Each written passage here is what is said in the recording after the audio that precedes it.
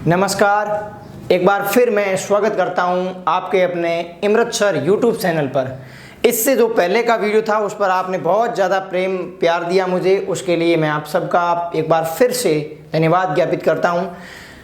उस वीडियो में एक आध कमी थी मैं मानता हूं और मेरे से गलती भी हुई थी। उस गलती वो कैसे हुई उसके बारे में हम इस वीडियो में जिक्र करेंगे। तो जो लोग अपने होते हैं आखिर हमें कमियों का एहसास वही करवाते हैं, मेरा मानना ये है। और आप सभी मेरे अपने हो, इसलिए आपने मुझे मेरी गलती का एहसास करवाया कि इसमें ये गलती थी और मैं उस गलती को सुधारने का प्रयास करूँगा। तो मैंने चंद पंक्तियाँ मेरे यारों के लिए लिखी है जो मैं आपको सुना रहा हूँ। कहने को यूँ तो मेरे रिश्तेदार बहुत है, लेकिन मेरे लिए तो मेरे यार बहुत है। कहने को यूँ तो मेरे रिश्तेदार बहुत है, लेकिन मेरे लिए तो मेरे यार बहुत है। जिसको भी आजमाया दगा दे गया वही, जिसको भी आजमाया दगा दे गया वही, पर मेरे सभी यार वफादार बहुत है। मेरे प्यारे साथियों, उस वीडियो की जो कमियां थी वो मैं इस वीडियो में धीरे धीरे बताऊंगा। तो अभी शुरू करते हैं इस वीडियो को आगे। पहला सवाल है कि कोशिका का शक्ति ग्रह कहा जाता है। ऑप्शन ए पे आपका है अंतःद्रवी जालिका, बी पर है लाइसोसोम, सी पर केंद्रक और डी पर है माइटोकॉन्ड्रिया। देखो, अंतःद्रवी जालिका की खोज पोर्टर ने की थी। अंतःद्रवी जालिका है ये दो प्रकार की होती है। एक अंतःद्रवी जालिका जिसका भाग होता है शिकनी अंतःद्रवी जालिका, और एक होती खुरदरी अंतःद्रवी जालिका। खुरदरी अंतःद्रवी जालिका है। देखो, शिकनी अंतःद्रव्य जो जालिका है ये वसा या मैं कहूं लिपिड, वसा या लिपिड अणुओं का निर्माण करने में सहायता प्रदान करती है। वसा या लिपिड अणुओं का निर्माण में ये क्या करती है? सहायता प्रदान करती है। खुरदरी अंतःद्रवी जालिकाएं, खुरदरी जो अंतःद्रवी जालिकाएं होती है उन जालिकाओं के अंदर राइबोसोम पाए जाते हैं। राइबोसोम,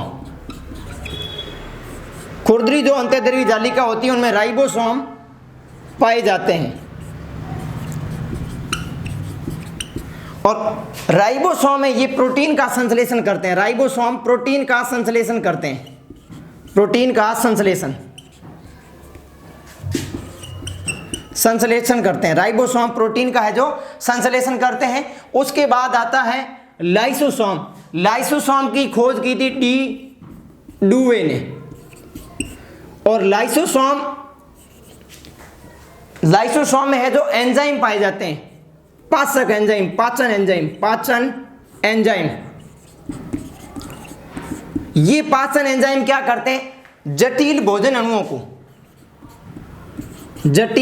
अणुओं को या जटिल पदार्थों को कह सकता हूं मैं, जटिल पदार्थों को सरल पदार्थों में तोड़ता है। जटिल पदार्थों को सरल पदार्थों में तोड़ता है। दूसरी बात, लाइसोसोम को आत्मघाती थैली भी कहते हैं। वेरी इंपॉर्टेंट, लाइसोसोम को आत्मघाती थैली कहते हैं। देखो, आत्मघाती थैली क्यों कहते हैं? क्योंकि अगर कोई कोशिका है वो शक्तिग्रस्त हो जाती है तो ये लाइसोसोम क्या करता है? अपनी उसी कोशिका का क्या कर देता है? पाचन कर देता है। ठीक है, उस वजह से है इसको आत्मघाती थैली भी कहा जाता है। उसके बाद बात करते हैं अपन केंद्रक की। तो केंद्रक की खोज रॉबर्ट ब्राउन ने की थी। केंद्रक की खोज रॉबर्ट ब्राउन ने की थी। रॉबर्ट ब्राउन ने केंद्र की ये जो खोज की थी। देखो, केंद्र के अंदर डीएनए, केंद्र के अंदर है वो क्रोमोसोम पाए जाते हैं। क्रोमोसोम पाए जाते हैं। केंद्र के अंदर है जो क्रोमोसोम पाए जाते हैं। और ये जो क्रोमोसोम होते हैं, क्रोमोसोम डीएनए व प्रोटीन के बने होते हैं। डीएनए व प्रोटीन के बने होते हैं। डीएनए है, डीएनए की फुल फॉर्म होती है डीऑक्सी राइबो न्यूक्लियन अम्ल, डीऑक्सीराइबो न्यूक्लिक अम्ल। देखो डीएनए के जो क्रियात्मक खंड होते हैं, डीएनए के क्रियात्मक खंड यानी भाग, उनको जीन कहा जाता है। जीन, डीएनए के क्रियात्मक खंड को क्या कहा जाता है? जीन कहा जाता है। उसके बाद आपका नंबर 4 ऑप्शन डी आपका सही होगा कि कोशिका का जो शक्ति गृह कहा जाता है वो माइटोकॉन्ड्रिया को कहा जाता है। देखो माइटोकॉन्ड्रिया की खोज तो की थी कॉलिकर ने, खोज की थी कॉलिकर।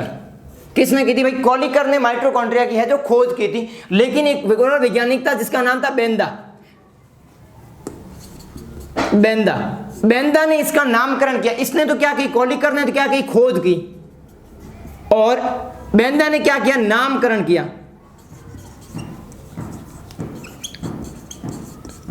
बेंदा ने नामकरण किया। देखो डीएनए, माइटोकॉन्ड्रिया के अंदर डीएनए पाया जाता है, डीएनए, डीऑक्सीराइबो न्यूक्लिक अम्ल। देखो कोशिका के केंद्र के अलावा एक और कोशिकांग है जिसका नाम माइटोकॉन्ड्रिया, उसमें है वो डीएनए पाया जाता है। और दूसरी बात, ये जो माइटोकॉन्ड्रिया है ये एटीपी के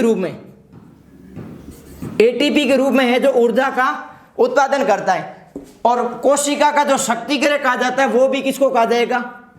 माइटोकॉन्ड्रिया। देखो अंतर्द्रव्यी जालिकाएं दो प्रकार की चिकनी अंतर्द्रव्यी जालिका है, वो वसा और लिपिड अणुओं का क्या करती है? निर्माण करती है। दूसरी है खुरदरी अंतर्द्रव्यी जालिका, इसमें राइबोसोम पाए जाते हैं। राइबोसोम है वो प्रोटीन का संश्लेषण करते हैं। उसके बाद है लाइसोसोम डी डूबे ने इसकी खोज की थी। एक पाचन एंजाइम होते हैं इसके अंदर, जटिल पदार्थों को सरल अणुओं में तोड़ने का कार्य करते हैं और इसको आत्मघाती थैली भी कहा जाता है। उसके बाद केंद्र की खोज रॉबर्ट ब्राउन ने की थी। और केंद्र के अंदर ये क्रोमोसोम पाए जाते हैं और क्रोमोसोम है वो डीएनए और प्रोटीन से मिलकर बने होते हैं। डीएनए की जो फुल फॉर्म होती है डीऑक्सीराइबो न्यूक्लिक अम्ल होती है। रिकॉर्ड तोड़ पार्ट 3 में मेरे द्वारा जो एक मिस्टेक की गई थी उसका हुआ ये था कि जो वीडियो एडिट करते वक्त हम उस मिस्टेक को भूल गए थे और वो वीडियो है जो हमने यूट्यूब पर अपडेट कर दिया था। तो उसके बाद में पता है आपको क्या होता है, अगर कोई एक आध गलती होती है तो फिर लोग उसको थोड़ा और ज़्यादा आगे बढ़ा देते हैं।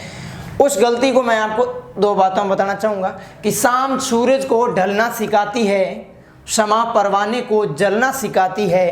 शाम सूरज को ढलना सिखाती है, शमा परवाने को जलना सिखाती है। गिरने वालों को तकलीफ तो होती है लेकिन ठोकरें ही इंसान को चलना सिखाती है।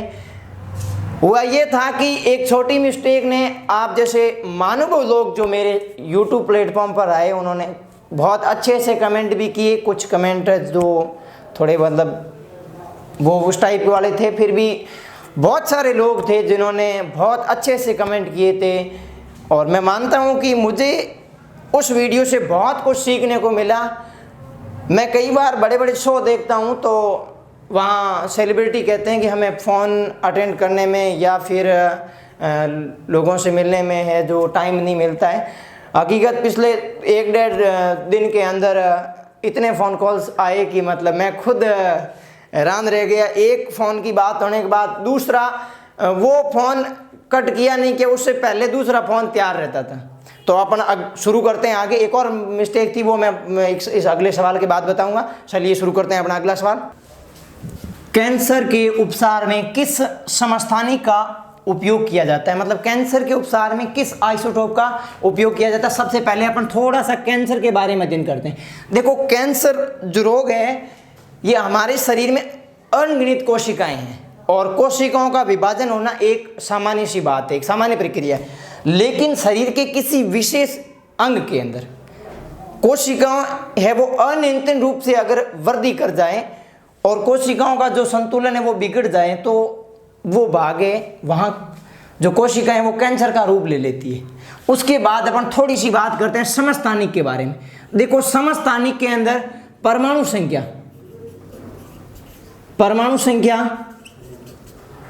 एक तत्व की बात करता हूँ। एक तत्व में किसी एक एलिमेंट के अंदर परमाणु संख्या तो है आपकी समान रहेगी, परमाणु संख्या समान होगी, लेकिन जो परमाणु बाहर होगा परमाणु भार, परमाणु भार अलग अलग होगा।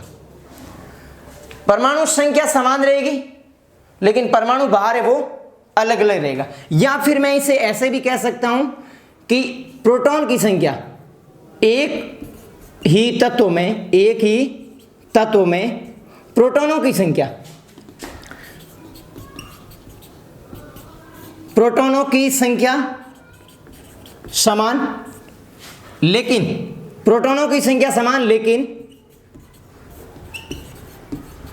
न्यूट्रॉनों की संख्या भिन्न भिन्न, या न्यूट्रॉनों की संख्या है वो आप असमान कह सकते हो, भिन्न भिन्न कह सकते हो, या अलग अलग अलग अलग, ये होते समस्थानिक। अब बात करते हैं कैंसर उपशांत। देखो कार्बन सौदा, कार्बन सौदा का है जो उपयोग जीवाश्म की आयु ज्ञात करने के लिए, आयु ज्ञात करने के लिए किया जाता है। कार्बन डेटिंग विधि, कार्बन डेटिंग विधि कार्बन सौदा को ही कहते हैं। जीवाश्म के ईंधन जो प्राचीनिक जो पुरातात्विक अवशेष मिलते हैं किसी भी खुदाई में वगैरह, उनकी जो आयु ज्ञात की जाती है वो कार्बन सौदा से ज्ञात की जाती है। यूरेनियम 235 मतलब यूरेनियम 235, ये है एक नाभिक जो परमाणु भट्टी होती है, परमाणु भट्टी में, या नाभिकीय भट्टी कह सकते हो आप, नाभिकीय भट्टी में, नाभिकीय भट्टी में ईंधन के रूप में उपयोग में लिया जाता है। नाभिकीय भट्टी में ईंधन के रूप में उपयोग लिया जाता है। आयोडीन 131, आयोडीन 131 का उपयोग है वो गेंगा या गलगंड रोग के लिए, जो आयोडीन की कमी से होते हैं उनका उपचार के लिए आयोडीन 131 समस्थानिक, आयोडीन के 131 समस्थानिक का उपयोग किया जाता है। अब बात करते हैं कोबाल्ट साल्ट की। तो कोबाल्ट साल्ट है वो कैंसर उपचार में उपयोग लिया जाता है। अगला सवाल है कि सुंदरबन राष्ट्रीय उद्यान कहाँ स्थित है? ऑप्शन ए पे असम, तो असम में काजीरंगा, असम में है जो काजीरंगा राष्ट्रीय उद्यान है, राष्ट्रीय उद्यान असम में काजीरंगा राष्ट्रीय उद्यान। इस उद्यान के अंदर सबसे ज्यादा एक सींग वाले गैंडे प्रसिद्ध है, एक सींग वाले गैंडे, एक सींग वाले गैंडे प्रसिद्ध है। उसके बाद हिमाचल प्रदेश, तो हिमाचल प्रदेश में ग्रेट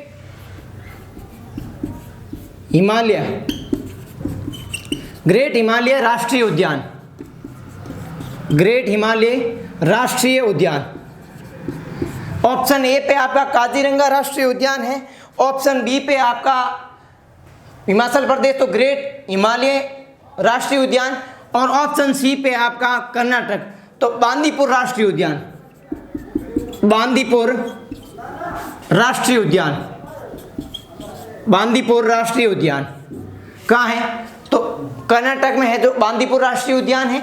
अब पश्चिम बंगाल के अंदर सुंदरबन राष्ट्रीय अभ्यारण्य है वो पश्चिम बंगाल में है। ये 4 मई 1984 को इसे राष्ट्रीय अभ्यारण्य का दर्जा दिया गया, राष्ट्रीय अभ्यारण्य का दर्जा दिया गया या राष्ट्रीय उद्यान घोषित किया गया, राष्ट्रीय उद्यान घोषित किया गया। उसके बाद में 1987 को इसे विश्व धरोहर सूची में शामिल किया गया, विश्व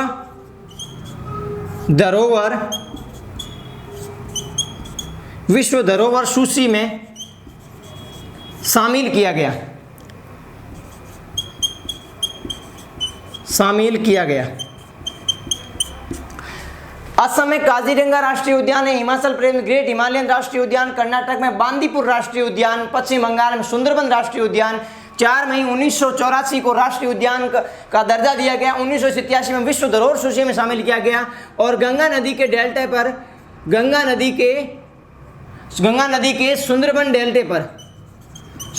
डेल्टे पर यह है अभ्यारण्य आपका स्थित है। पूरा वीडियो देखने के लिए आपको मैं मेरी तरफ से धन्यवाद देता हूँ। अगर कोई कमी रहती है तो आप मुझे कमेंट करके बताएं, मैं उसमें और ज़्यादा सुधार करूँगा। धन्यवाद। आगे भी हम इसी तरह मेहनत करते रहेंगे। तो मैं आशा करता हूँ कि आपने पूरा वीडियो देखा होगा, उसके लिए धन्यवाद। अगर वीडियो आपको अच्छा लगता है तो लाइक करना। धन्यवाद।